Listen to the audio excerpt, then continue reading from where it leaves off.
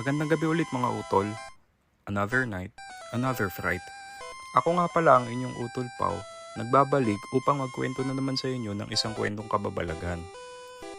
Ang kwento natin ngayon ay tungkol sa mismong sarili kong karanasan nung kami ng partner ko ay bagong bukod pa lamang. Without further ado, sisimulan ko na ang kwento. Naaalala ko noon, 2020 pa lang, kasagsagan ng pandemic, ay bumukod kami ng aking partner sa isang apartment dito lang din malapit sa aking tinitirhan ngayon. Excited ako nun mga utol kasi panibagong yugto na naman yun ng buhay ko. Pagdating mismo sa apartment kung saan kami maninirahan ay nag-ayos agad kami ng partner ko ng mga gamit at hinanda namin ang kwarto kung saan kami mag-i-stay. Ang sabi ng iba naming mga kapitbahay doon ay minsan pagsapit ng gabi, meron daw silang mga nararamdaman o nakikita na hindi nakikita ng pangkaraniwang tao. Hindi ako naniwala sa mga sinabi nila na yon mga tol, kasi hindi naman talaga ako matatakutin. Or, yun ang akala ko. Isang buwan na ang nakalipas mula nung lumipat kami, ay nagkaroon kami ng hindi pagkakaunawaan ng partner ko. Naalala ko nun, ay 2:30 ng madaling araw habang nagtatrabaho ako. Work from home kasi ako mga utol, idagdag ko lang. So ayun na nga, habang nagtatrabaho ako, ay biglaan akong tinawag ng kalikasan. Kaya lumabas ako ng kwarto namin upang mag-CR.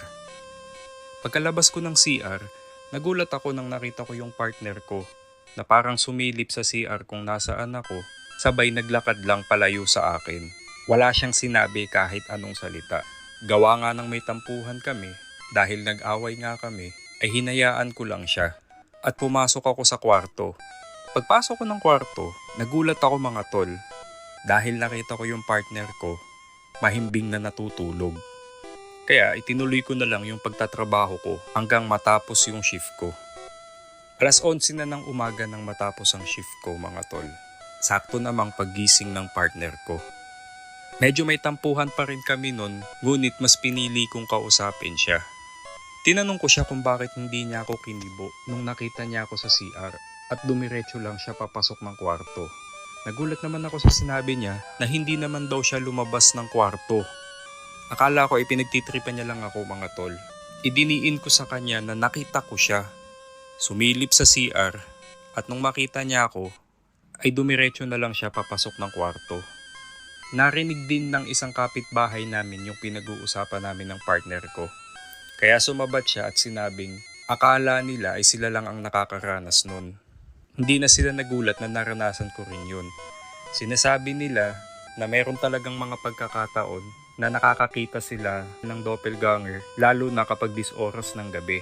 Hanggang sa umaabot na sa punto na tinitiis na nila ang pantog nila o binabaliwala kung ano man ang tawag ng kalikasan sa kanila. Dahil nga sa takot nila na lumabas ng kanilang mga kwarto. Nung marinig ko yun, hindi na ako nag-CR ng 10 oras ng gabi lalo na't napakadilim sa loob ng apartment. Gawa nga ng patay ang mga ilaw kapag sumasapit na ang 10:00 ng gabi. Hanggang dito na lang mga utol. At maraming salamat sa pakikinig ninyo sa kwento ko. This is your Utol Pao, signing off.